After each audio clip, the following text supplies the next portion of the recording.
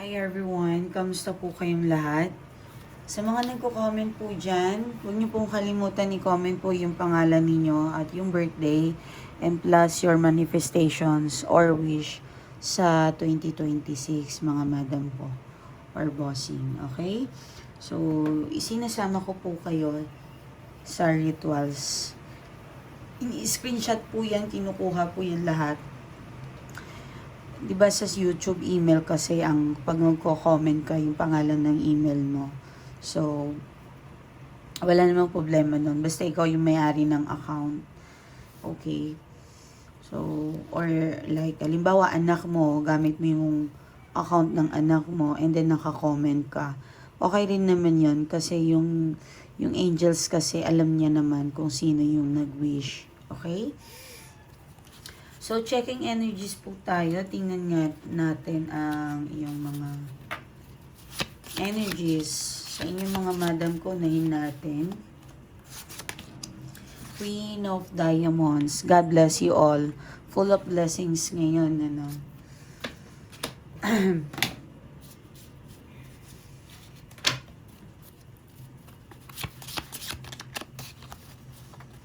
So, habang nanonood kayo dito, baka may matutunan kayong cards, 'di ba? Malay nyo. Pero wag nyo pong gamitin.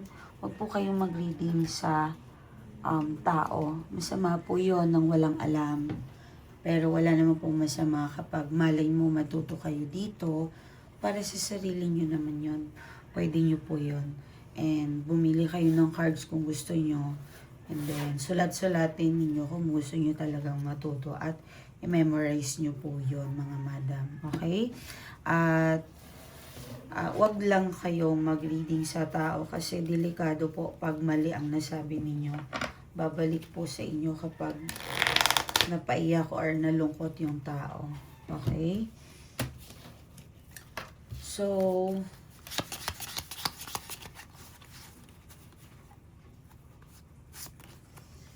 Four of Diamonds, Two of Diamonds.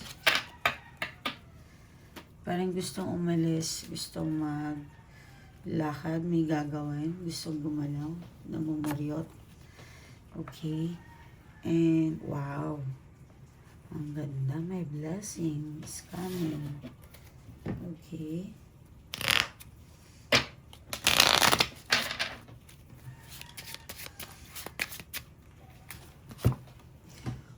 Four of Clubs. Okay. Meron dito na parang fertility. Ano? Kasi it's about sex. When we, kung makita ninyo yung number 4, okay, it's about sex. Okay. Manganganak kapag naman diamonds, may pera. Magiging triple, sorry. 4 kasi it's about growing. Okay? Kapag dito naman ay fertility, kapag black siya. Okay, may naglilibog dyan sa inyo. Yes. Okay lang naman. Normal yun. Tao tayo. Okay lang yan. Gusto pala makipag-sex nito eh. Tingin ko naman matutuloy yung plano ninyo. Okay. Pero dito, hindi ko alam. Meron ba dito nagsasama na ayaw mabuntis? Baka po ganun yung person ninyo. Ayaw niya na. Or ayaw niyang mabuntis ka. Okay? So, meron naman dito, divert po ang energy na yan. Baka po, nalulungkot yung person mo kasi hindi mo siya mabigyan ng anak. I'm sorry ha. Kasi divert positive and negative yan. Okay? Para sa akin, kung kaya nyo magbuntis, kaya naman ng financial, do your best. Pero kapag sa tingin mo, hindi ka sigurado, tapos yung person mo parang hindi rin maayos yung kabuhayan, mag-isip-isip ka. Okay lang yun. Mag-enjoy lang kayo. Pero huwag na kayo magdamay ng musmos. Okay? Yung mga anak ninyo, kapag may matigas na ang ulo, wala tayong magagawa dyan. Pero payuhan nyo lang sila na sana huwag nang magdamay ng bata kung hindi rin kayang panindigan. Okay?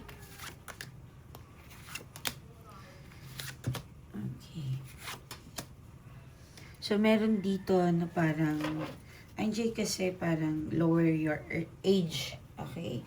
Parang may naiinis ka, hindi ko alam kung kapatid mo, ano man, pwedeng kapatid, pwedeng kaibigan, lower ng age mo. Yan, parang mag-uusap kayo. Pwedeng ka mag-anak to, pwedeng side ng person. Or pwede rin naman mag-lemon person mo sa side ng something na yan. Okay? But, again, mapupunta rin sa maayos na pag-uusap kasi 7 of heart. Magkakaroon din ng kalinawan, kapatawaran kung meron man nagkagulo. Okay? Yan, maganda. So, tingnan natin. This is your expecting or nangyari na ba to? May nag-away, may nagkatampuhan. Pero ang ending, magkakaayos pa rin kayo. Ayan. So, tingnan natin kung ano yung energy ng person mo today. Alam ko naman mga chismosa kayo. Inaabangan nyo kung ano nangyari sa person ninyo. Kaloka kayo. Diba? Pag hindi ako mag-upload, nakakatuwa nga, ma'am, may nag-message sa'yo dito. Namimiss niya na daw yung person niya kasi kapag wala daw akong reading, parang wala daw siyang balita sa person niya. Di ba nakakatuwa naman? Anyway, kahapon, meron akong congrats na may kinakasal na kliyente ko kasi nagpatulong sa atin. Binalik natin yung jowa niya. So, may nag-message, ma'am, nakalimutan lang kitang balitaan. Yan. Nag-propose sa akin ng jowa ko. So, parang kukunin daw siya sa ibang bansa. Ayan. Ang ganda. So, na-engage sila dito sa Pilipinas and then, aasikasuhin ng something. Baka meron pang gagawin yung guy.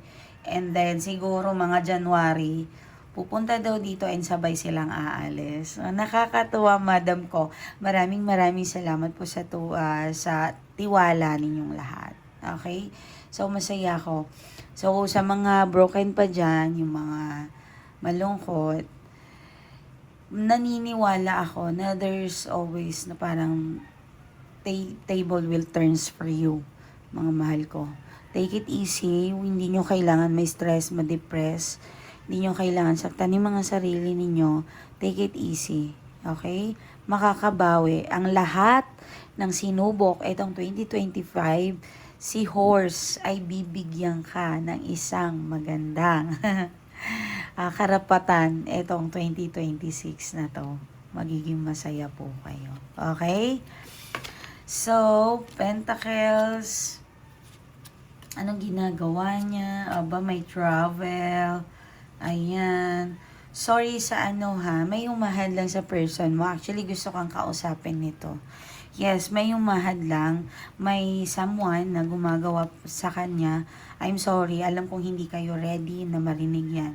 Sa mga na-resonate, sa mga parang tinatamaan talaga kayo ng reading, hindi nyo kailangan pilitin kung hindi kayo. Okay? So, sa mga sa tingin nyo na may gumagawa sa kanya. Kasi may pumipigil dito. May umaharang. Actually, umiiyak siya o namimiss ka na niya. Sabi niya, tulungan mo ko. Minsan di niya maintindihan sa sarili niya kung bakit naging bad siya. Bakit nagiging masama or something. Ang dami niya kasalanan sa iyo eh. Tingnan mo. Dami. Yan. So, parang iniisip niya, sana tanggapin mo pa rin ako. Para natulungan mo ko. Pero I think wala siyang idea na may ginawa sa kanya yung third party. Wala siyang ginawa. I mean, parang wala siyang idea na yung third party may ginawa. Yan. Gets? Yan. Parang gusto niyang makawala. Gusto niyang kausapin ka. Kaso naduduwag to na baka i-reject mo. At ito pa, baka kasi kapag kinausap ka niya, magsusumbong ka doon sa third party, malaking away. Sila yung nagsasama. Yun. Parang yun ang nasa isip niya eh. Malaking away. Controlled siya ni third party, Queen of Wands. Control na control siya. Sa pera, sa decision sa buhay, yan. Parang wala siyang kwentang tao na hindi makapag-desisyon sa sarili niyang buhay. Yan. Ang bastos nito, kapag ganito, yung mga attitude, nababastusan ako kapag ganito. Yes.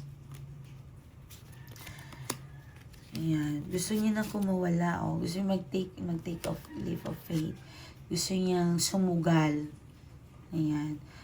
Ito yung good news mga madam ko. Magkakaroon ng chances na maghihiwalay sila. Yan. Oh my God, kinakabahan ako. Diba? Ang ano ng balahibo ko. Ayan o, ayan yung chances. May chance na magkahiwalay sila. Yung lalaki ang makikipaghiwalay, yung person mo. Kung lalaki ka, nanonood ka, maybe your person or tomboy ka man, syempre yung partner mo dito is babae. Okay? So, magkakaroon muna ng malaking gulo. Yan. Kasi gusto niya nang umalis, gusto niya kumawala sa third party. Pero sumisigaw siya ng tulungan mo ko. Paano ako makakawala dito? Ayan oh. Oh my God. Mahal na mahal ka pa rin niya. Yung mga bagay, yung mga panahon na masaya kayo, may gamit ka nang doon sa kanya, iniingatan niya. Ayan oh. Yeah. Few days or coming days, magiging masaya ang puso mo. Makakatanggap ka ng balita na malalaman mo. At malalaman mo siguro yung mga malalayo. Stalking yung person mo sa'yo. Yes. At matutuwa ka talaga. Yes. Parang ano, yung iba sa inyo akala nyo parang wala nang pakialam yung ex mo. Pero meron. Patago siyang nagmamasid sa'yo. Oh my gosh. Yan. So, mahal pa ba sila ng person nila? Mahal pa ba sila? Meron talagang nakikialam. Yes na yes. Knight of Cups. Ayan o. Oh. Ginawa po yung person ninyo. Kinontrol ng isang demonyo. Yes. Mag-ingat po kayo. Huwag kayo makipag-away sa mga ano. Kasi baka gawaan kayo ng masama ng third party. Huwag niyo pong patulan yan. Dapat po may protections po kayo. Bumili po kayo sa amin. Meron po kung gusto ninyo. Kung sa tingin ninyo may ginagawa po sa inyo, baka po balikan kayo. Okay? Meron po tayo. Mag-message lang po kayo sa, ano ba to, sa ating mga admin. Pero, tingnan nyo, mahal kayo ng person ninyo. Sana, may isip mong ipaglaban siya. Kasi wala naman siyang kasalanan eh. Kapag ang taong ginawa kasi, hindi niya gusto yan. Hindi niya gusto kung bakit kayo nagkasiraan. Okay? So, sige, maraming salamat. Ipapakita ko yung Facebook account ko. Doon lang kayo mag-message sa akin. Okay? Maraming salamat. Ingat po kayo. Muli po, may Litaro. Anyway, maraming salamat sa mga nag-message. Masaya ako para sa inyo na nag-reach out na sa inyo yung person ninyo. Meron tayong love spell, money spell. Sa mga gustong magpa-reading po, mas maganda po talaga magpa-reading na kayo para ma-welcome ninyo ang 2026. So please, huwag niyo po kalimutan to.